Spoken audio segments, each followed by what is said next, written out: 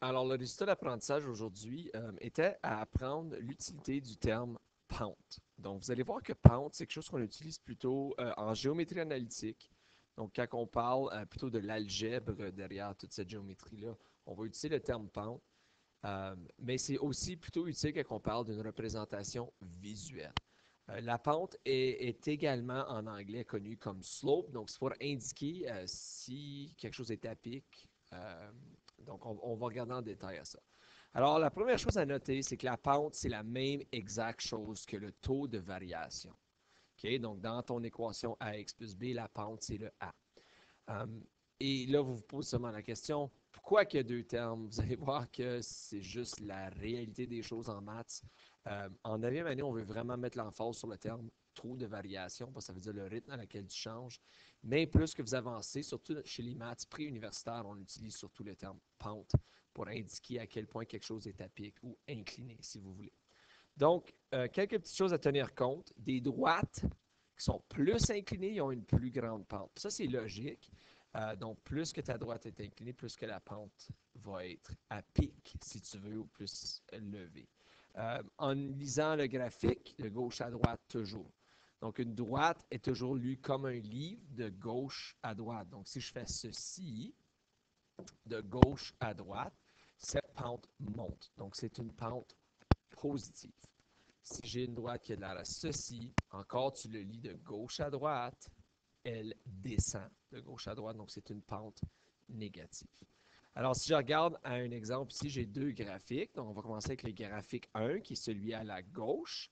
Donc, le signe de ces pentes-là, bien, de gauche à droite, les deux, ils montent. Donc, c'est des signes positifs, donc c'est des pentes positives. La droite avec la pente la plus élevée. Donc, on a dit, plus ta pente est élevée, plus tu vas être incliné. Donc, incliné, moi, j'aime mieux le terme à pic. Donc, plus tu vas monter vite, si tu veux. Donc, moi, je vois que c'est celle-ci qui est la plus inclinée des deux. Donc, ça, c'est le graphique où la droite numéro 1 et la moins élevée, la pente avec la moins élevée, c'est celle qui est la moins inclinée. Donc, la plus plat, si vous voulez, c'est la droite 2. Pour le graphique numéro 2, donc ici, on voit de gauche à droite, les deux pentes, ou les deux droites, ils descendent. Donc, c'est des droites négatives. Leur pente est négative. Et laquelle est la pente la plus élevée encore, tu regardes laquelle est la plus à pic, donc laquelle qui descend le plus vite. Et ça, c'est numéro 3 ici.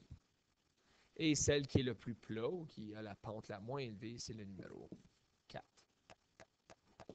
Donc encore, juste pour faire un peu de revue sur ça, si je veux identifier des segments de droite qui sont positifs et négatifs, donc encore, tu lis gauche-droite.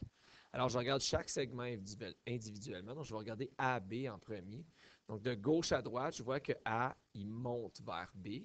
Alors, le segment AB a une pente positive. Là, je vais suivre l'alphabet, tandis qu'on est là. CD, donc C qui se rend jusqu'à D. Donc, de gauche à droite, je vois que de C, ça descend vers D. Donc, CD, c'est une pente négative. Le signe que je suis en train de faire en passant, je ne sais pas si vous avez vu ça auparavant, c'est quand tu mets les deux extrémités du segment, donc CD, puis tu mets une ligne par-dessus pour indiquer que c'est un segment qui rejoint ces deux-là. EF, ici. Donc, je le lis de gauche à droite, je vois de E à F, je monte. GH, donc encore de G à H, je monte. D'ailleurs, celle-là est bien inclinée. Oh, là. Donc, c'est une pente positive si je monte. I, J, donc de gauche à droite, je vois que ça descend. Et K, L, donc de gauche à droite encore, je vois que ça descend. Donc, c'est une pente négative.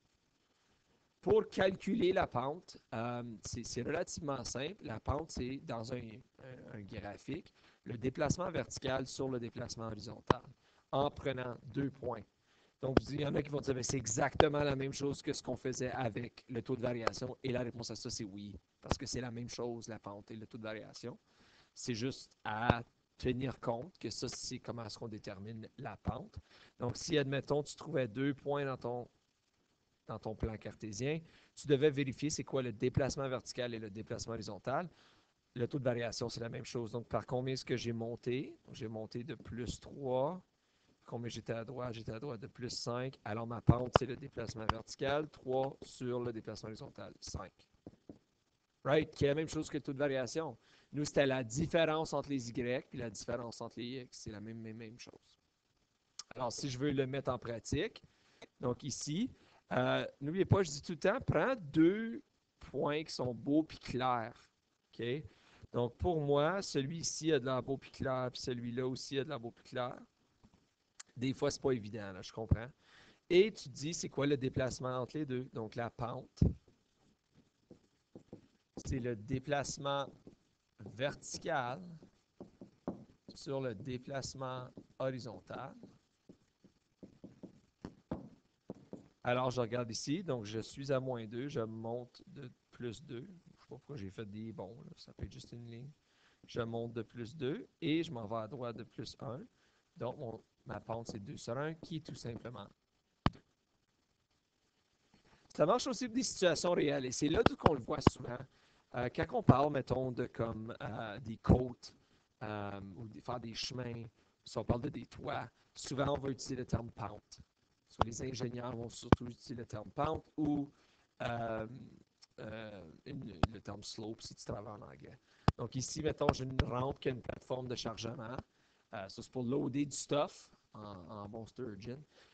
Donc, il y a 2,5 mètres de hauteur pendant une distance de 4 mètres. Donc, si je veux savoir la pente, c'est le déplacement vertical sur le déplacement horizontal.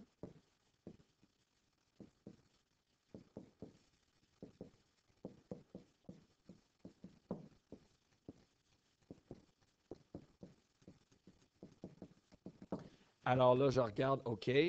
Donc, verticalement, j'ai monté de 2,5 mètres. Puis horizontalement, j'ai bougé de 4 mètres. Donc, on a appris en classe aussi que quand un taux de variation de pente, des fois, c'est mieux de le garder sous forme de fraction. Et c'est encore le même cas ici. Alors, ceci met fin à la leçon d'aujourd'hui. Si jamais vous avez des questions, n'hésitez pas à communiquer avec nous.